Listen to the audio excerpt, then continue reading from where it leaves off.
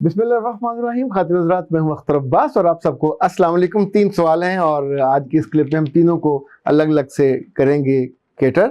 और ये है जी एस आबिदा। वो कहती हैं कि जिन औरतों के शौहर कम कमाते हैं वो उस तनख्वाह से कैसे बचाएं। वो बीबी रानी किस चक्कर में पड़े हो, जितने पैसे आते हैं उनको खर्च कर लिया करो। अभी मुझे लगता है आपकी अभी भी शादी हुई है, कुछ अरसा हुआ, चूँकि अब आप आए उस घर में, इंशाल्लाह आपकी बरकत से उसकी तनख्वाह इजाफा होगी, फिर आपके बच्चे होंगे, 1 होंगे, 2 होंगे, 3 होंगे, 4 होंगे। जितने बच्चे आपके ज़्यादा होंगे उतनी खैर व बरकत होगी। अगर इस बीच में थोड़ी सी आप अक्लमंदी करो और थोड़े पढ़े लिखे हो तो कोई ना कोई काम शुरू कर लो, अपने मियाँ का हाथ बटाओ। ज़िंदगी में गुर याद रखिएगा, पैसे अगर बचाने हैं तो खर्चे कम नहीं किए जा सकते। पैसे बचाने हैं तो आमदन बढ़ाइए, आमदन बढ़ जाएगी, पैसे बचने लग जाते हैं। जो खाना है डट के खाया करें, खाएंगे नहीं तो फिर ज़िंदगी आगे कैसे चलेगी। जो पहनना है अच्छा पहनो, आज में जियो, आने वाले कल का जो असल खूबी और खूबसूरती है मेरे रब ने उसका लिया हुआ है वादा, और इंशाल्लाह उसकी ज़मानत है। वो आपको अगर अब भूखा नहीं मार रहा तो कल भी नहीं मारेगा। जिसने अब आपको एक ठहर ठोर ठिकाना दे दिया है तो इंशाल्लाह कल आपको भी मिलेगा, आपके बच्चों को भी मिलेगा। तो बेवजह आई डोंट थिंक सो कि आपको अभी से बचाने पे और उस पे फोकस करना चाहिए और उस पे जाना चाहिए। कुछ वक्त गुजरने दें, फिर इंशाल्लाह आमदनी बढ़ जाएगी और आप आमदनी बढ़ाने में साथ उसके शरीक हो जाइए। दूसरा सवाल प्रिंसेस ने किया है, सर मेरी दूसरी शादी हुई है, मैं अपने शौहर और उसके घर वालों को बहुत प्यार करती हूँ, अच्छा समझती हूँ, अच्छा सलूक करती हूँ, मगर क्या करूँ वो पहली बीवी को ही प्रेफर करते हैं, मुझे बहुत तकलीफ होती है। बीबी प्रिंसेस, एक बात याद रखिएगा, आप उस घर में, उस ख़ानदान में बाद में आए हो तो पहले वाली के बच्चे भी होंगे, पहले वाली में कोई ना कोई खूबी भी होगी, और दूसरा वो चौधरानी पहले वाली ही होती है। अब आप आए हो तो आपके लिए जो स्पेस है खेलने की वो मुकाबला नहीं है, वो मोहब्बत है। आपके लिए जो स्पेस है खेलने की वो खूबसूरती है। आपके लिए जो स्पेस है खेलने की वो थोड़ा वैल्यू एडेड सर्विसेज हैं। लाइक आप अपनी जो सौकन है उसके बच्चों से प्यार कीजिए, उनका ख्याल रखिए।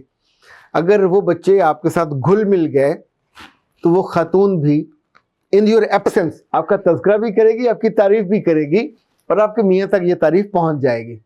इसी तौर पे याद रखिएगा, ये जो आप उसके ख़ानदान से अच्छा सलूक करते हो तो ये किसी शर्त के बिना कीजिएगा, अपनी नेकी की वजह से, अपनी गुडनेस की वजह से, और अपने यूँ समझे कि जो बिलीव की वजह से, तो इंशाल्लाह आपकी ज़िंदगी में रहेगा खैर व बरकत। मियाँ पहली बीवी को प्रेफर करता रहेगा, उसका लिहाज भी होगा, थोड़ा हया भी होता है, रवादारी भी होती है, फिर धीरे धीरे वो आपके अंदर इन्वॉल्व हो जाएगा। आपकी कोई ना कोई खूबी तो उसको भा जाएगी ना। आपके लफ्ज़ हो सकते हैं, आपकी खूबी खूबसूरती हो सकती है, आपकी खुशबू हो सकती है, आपके खाने हो सकते हैं, आई डोंट नो। वो ज़रा खुद सोचिए कि खेलने के लिए आपके पास कौन सा मैदान है जो पहली बीवी के पास नहीं है। अगर पहली बीवी ज़रा मोटी भद्दी भारी हो गई है तो आप मत हो जाइएगा, फिर आपको वो साथ ले जाना भी प्रेफर करेगा, सैर सपाटे पे भी और मेहमानों के आए गए पे भी। खूब पहली की आपने कभी बदतारीफ़ी नहीं करनी, उस ख़ानदान की भी बदतारीफ़ी नहीं करनी, यानी ये तो जुर्म समझिए। तो इंशाल्लाह उसके दिल में जगह बना लेंगे। मिसेस सिराज ने पूछा है और ईशा ने पूछा है कि सर जो वर्जिनिटी का आप इलाज करते हैं, आपको दुआएं ज़्यादा मिलती हैं या परेशानियां ज़्यादा मिलती हैं? बेटा जी बात ये है कि जिस बच्ची के साथ ये इशू हो जाए उसकी तो ज़िंदगी बर्बाद हो जाती है। किसी को नहीं पता होता पर आपका दिल मर जाता है, आपका जिस्म और आपकी रूह जो है रोती है।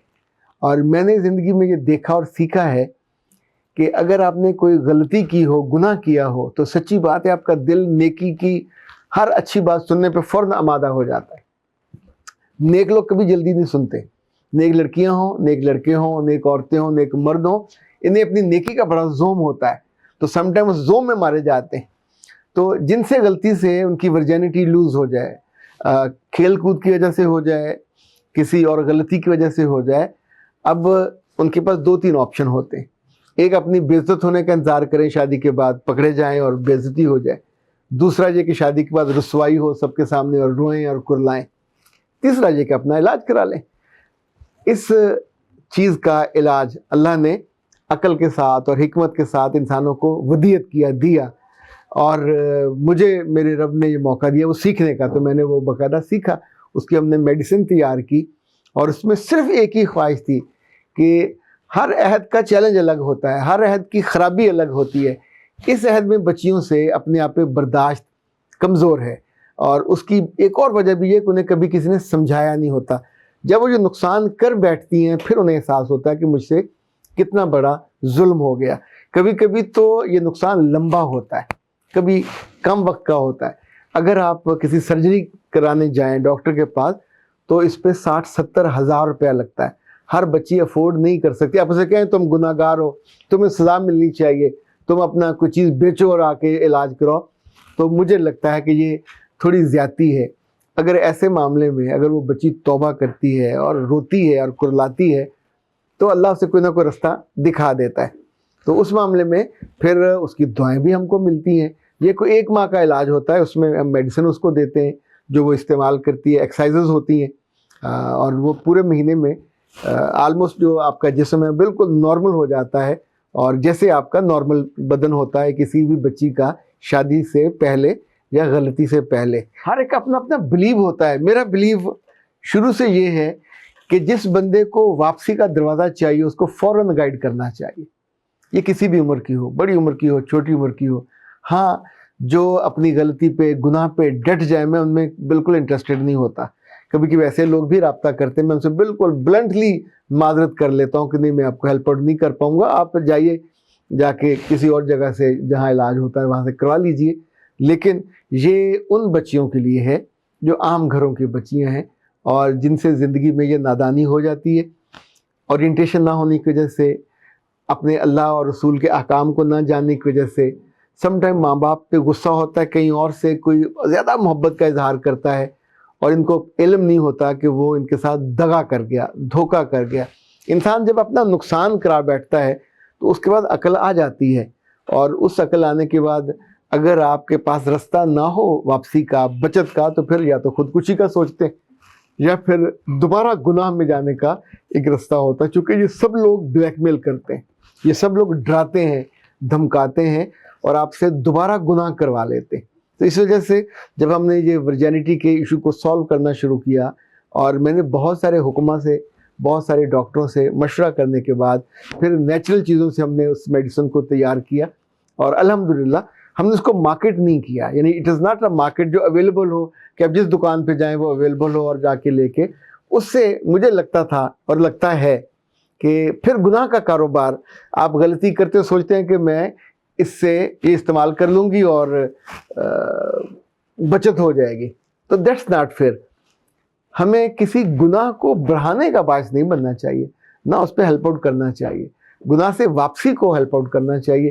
سو اسی وجہ سے جب ان بچیوں کا علاج ہو جاتا ہے اور ان کی شرم اور حیا رہ جاتی ہے تو پھر دعائیں تو وہ ظاہر ہے منہ بھر بھر کے دیتی ہیں، ان کے ہاتھ بھی، ان کے دل بھی، ان کے لفظ بھی، اور وہ ایک بہت قیمتی تحفہ ہوتا ہے جو ان کی طرف سے آتا ہے۔ اختر عباس کو اجازت دیجیے، السلام علیکم۔